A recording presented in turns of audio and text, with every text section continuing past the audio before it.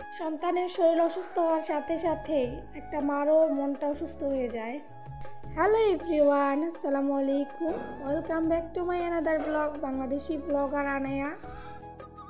তো এতদিন হচ্ছে আমি গত দুদিন ধরে ভিডিও দিতে পারিনি, কারণ আমার মেয়ের শরীরটা অনেকটাই অসুস্থ।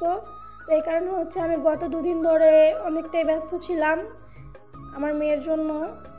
আর সন্তান অসুস্থ থাকলে কোনো মায়েরই মন ভালো থাকে না, তো এই জন্য হচ্ছে আমিও কোনো ভিডিও ক্লিপ নিতে পারিনি, সবসময় আমার মেয়ের সাথেই ছিলাম। তো এরপরে হচ্ছে আল্লাহর রহমতে আমার মেয়ে একটু সুস্থ, তো এই জন্য হচ্ছে আমি আপনাদের সাথে ভাবলাম যে আমার পরবর্তী কাজের ক্লিপগুলো আপনাদের সাথে শেয়ার করি বা আমার লাইফস্টাইলটা আপনাদের সাথে শেয়ার করি। তো আমার ভিডিওটি যদি ভালো লাগে তাহলে একটা লাইক দিয়ে এবং কমেন্ট করে আমাকে জানিয়ে যাবেন। আর আমাকে যদি সবসময় সাপোর্ট করতে চান তাহলে আমার চ্যানেলটা সাবস্ক্রাইব করে সবসময় আমার পাশে থাকবেন। আর এখানে হচ্ছে আমি কালকে রাতের ইফতার করে নিয়েছিলাম। কালকে রাতে হচ্ছে আমরা যে ইফতারগুলো করেছি, তো ভাবলাম যে আপনাদের সাথে শেয়ার করি ইফতারের ক্লিপগুলো। তো এখানে হচ্ছে আমি একটু একটু করে ক্লিপ নিয়েছিলাম ইফতারের জন্য।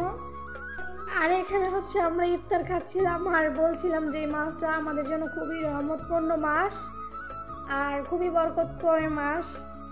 আর এই মাসটা হওয়ার জন্য আমরা হচ্ছে একটা বছর পুরো ওয়েট করে থাকি সবাই এই পবিত্র মাহে রমজানের জন্য। তো এরপরে হচ্ছে সকালবেলা উঠে আমি বিছানাটা গুছিয়ে নিয়েছিলাম।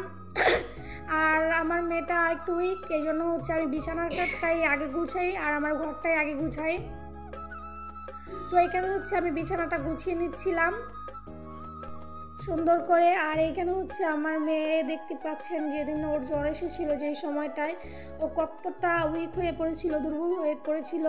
তো সেই ক্লিপটাও আপনাদের সাথে শেয়ার করলাম, ভাবলাম আপনাদের সাথে শেয়ার করি। আর সবাই আমার মেয়ের জন্য একটু বেশি বেশি করে দোয়া করবেন যাতে ও সবসময় সুস্থ থাকে।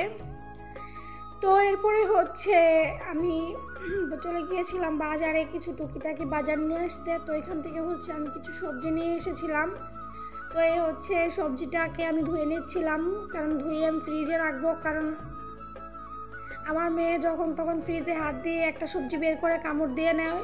অন্তত আর কি যেগুলো খাওয়া যায় আর কি কাঁচা খাওয়া যায় ওই সবজিগুলো ও বের করে সবসময় কামড় দিয়ে বসে। বা আমারও অনেক সময় তাড়াহুড়া থাকে, তো বেশিরভাগ সময় ধোয়ার সময় থাকে না, হয়তো একটা ধোয়া দিয়েই রান্না করতে পারি।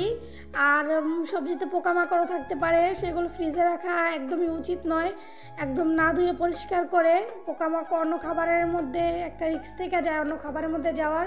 তো এই জন্য হচ্ছে আমি সবজিটা একদম ধুয়ে মুছে পরিষ্কার করে শুকিয়ে রেখে দিচ্ছিলাম। আর এটার সাথে পানি থাকলে তো অবশ্য টমেটোটা পচে যাবে একটা সময় আস্তে আস্তে। তো এই জন্য হচ্ছে আমি টমেটোটাও মুছে নিচ্ছিলাম। আর এখন কিন্তু টমেটোর দাম খুবই কম। আর অনেক আপুরা আছেন যারা এখন টমেটো ফ্রোজেন করে রাখছেন। আর এদিকে হচ্ছে আমি কিছু ধনেপাতাও নিয়ে আসছিলাম। আর এই ধনেপাতাটা খুবই সুন্দর ছিল পাতাটা। তো এরপর হচ্ছে অফ ক্যামেরায় আমি থালা বাসনগুলো ধুয়ে নিয়েছিলাম। এরপর হচ্ছে আমি সবজিগুলো ফ্রিজে গুছিয়ে রেখেছিলাম। তো এরপরে হচ্ছে সন্ধ্যার দিকে বা বিকালের দিকে বলতে পারেন আমি কিছু ফ্রোজেন আইটেম ভেজে নিচ্ছিলাম, ফ্রোজেন সমুচা ভেজে নিচ্ছিলাম ইফতারের জন্য। এরপর হচ্ছে ইফতারের জন্য কিছু আলুর চপ, ডিমোর চপ এবং বেগুনি ভেজে নিয়েছিলাম। অফ ক্যামেরা আমি বুটটাও রান্না করে নিয়েছিলাম।